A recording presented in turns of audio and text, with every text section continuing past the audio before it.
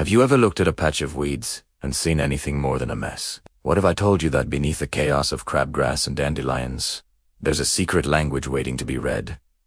A language of history, of love, and even of murder. This is the story of Dr. Elara Vance, an ethnobotanist who inherited a mystery hidden in plain sight. Her journey begins at the overgrown Blackwood Manor, a place developers saw as a tear-down site, but Elara saw it as a library. Armed with the faded journal of a 19th-century botanist named Silas Thorne, she wasn't there for the decaying mansion. She was there for the weeds. Silas was considered a madman in his time. He believed plants had a kind of memory, that they could record history in their very leaves and roots. He wrote, "The garden is not a wilderness. It is a sentence. I have planted my confession where no judge can burn it in the soil itself. A strange plant with purple-veined leaves. A plant that shouldn't exist in North America. It wasn't a weed.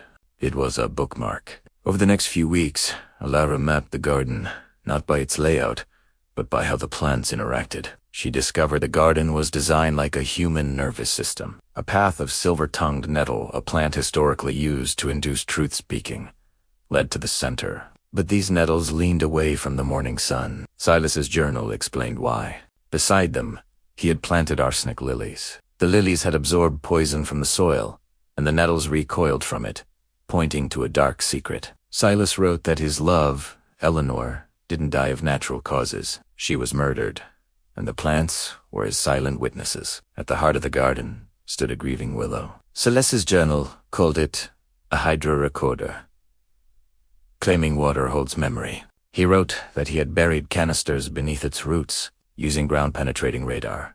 Elara found a metal box tangled in the tree's embrace. Inside were not jewels, but vials of seeds labeled with emotions.